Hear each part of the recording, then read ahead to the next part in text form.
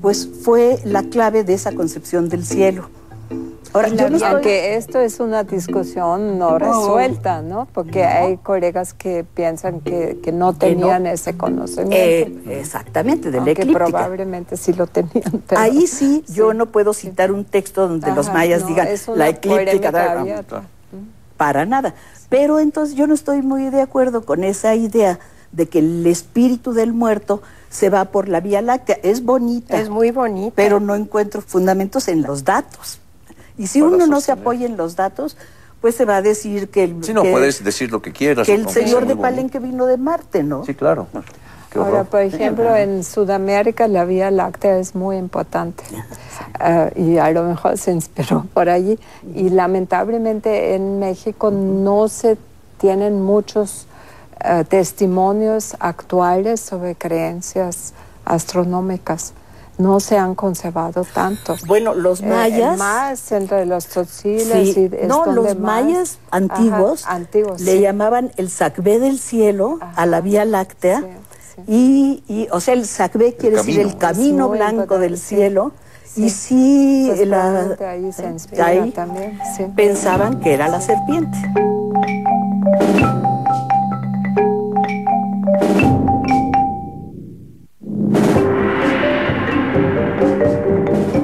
Los mayas antiguos le llamaban el sacbé del cielo a la Vía Láctea. O sea, el sacbé quiere decir el camino blanco del cielo. Sí. Y sí, pensaban que era la serpiente. Yo quería referirme a otro aspecto de que hablaban de la dualidad de los dioses supremos. Y quería referirme a los nahuas y a Tlaloc, Tlaltecutli. Y precisamente quería yo animarte que nos expliques un poquito de tu reciente interpretación de estos fantásticos hallazgos del Templo Mayor, donde tenemos una presencia de Tlaloc, del dios de la lluvia Tlaloc, y en algunas de sus representaciones es Tlaloc Tlaltecutli. Pero ese panorama se ha ampliado enormemente con el reciente hallazgo de la enorme escultura que tú estás estudiando. Y me gustaría que nos platiques un poco de eso, que es importantísimo. Viene muy a tono con lo que se ha mencionado antes, en el sentido de la concepción de la tierra. Tlaltecutli es el señor, señora de la tierra, ¿no? Tiene también este concepto dual. Como resulta algo muy interesante, como en este mundo náhuatl, y creo que también se puede extender a otras áreas de Mesoamérica, está esta pareja dual arriba, ese Omeyocan, ¿no? Esta concepción, este principio dual. Luego en la tierra está Tlaltecutli con su concepción masculino-femenino, y en el inframundo están Mictlantecutli y Mictlancíhuatl, también como una pareja también masculino-femenino, ¿no? O sea, como en el eje del universo, el eje vertical, tenemos estas presencias muy claras. Ahora bien, el hallazgo de Tlaltecutli, en efecto, esta figura que se encontró frente al Templo Mayor, resulta que siendo la representación de la Tierra, se le ve precisamente como un gran cuadrado, bueno, casi cuadrada, tiene 4 metros por lado por 3,57 del otro, ¿verdad?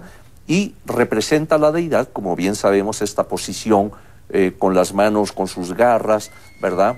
Sus piernas abiertas también en forma de garra, para mí en posición de parto. Se ha especulado mucho, ¿no?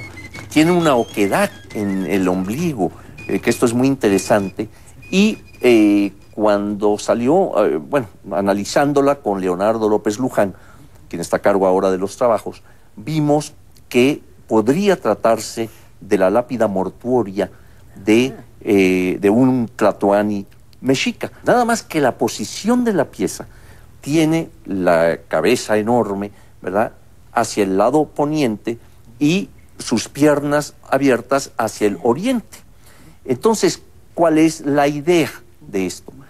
Como bien se mencionaba, pues el tlatoani en cierta forma representa al sol, lo que se decía, lo que tú decías muy bien en cuanto a esta concepción de lo del sol como elemento fundamental, ¿no?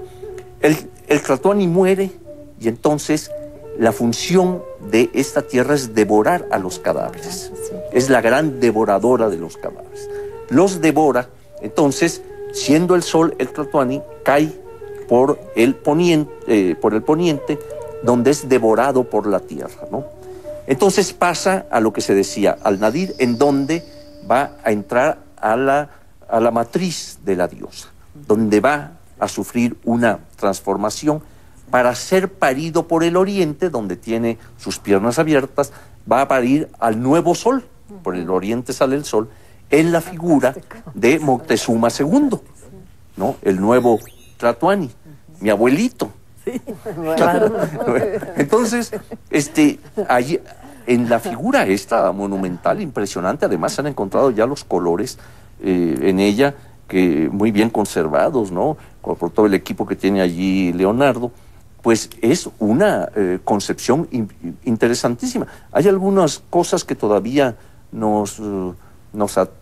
habría que investigar también más profundamente, porque por lo general las figuras de Tlaltecutli no están a la vista.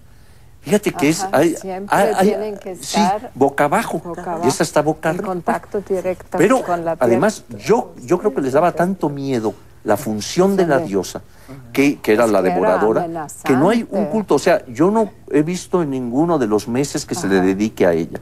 No hay templos dedicados aparentemente a ella. No hay un templo dedicado a Tlaltecutli. No hay... O sea, sí hay cánticos, sí hay una serie de cosas, pero pienso que esta misión de ella era impactante, ¿no? La devoradora. En fin, pues más o menos esa es la idea de que me preguntaban de este hallazgo, ¿no? Pero es la idea, perdón, no se peleen, es la idea que la tierra regenera, produce vida, produce el ciclo de las estaciones, el ciclo del maíz, pero también es devoradora. Sí. ¿No? Y los muertos regresan a la tierra y ahí, como dicen hoy en día todavía, en varias regiones los nahuas dicen, nosotros nacemos de la tierra y cuando nos morimos la tierra nos come.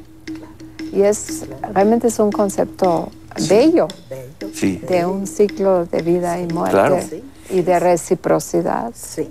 Desgraciadamente el tiempo enemigo fundamental en estos casos se nos vino encima, porque nos faltó platicar, por ejemplo, de los rituales, ¿no? De todo esto en que el hombre, en fin. Pero bueno, así es esto. Entonces yo les voy a pedir nada más una brevísima reflexión ya final.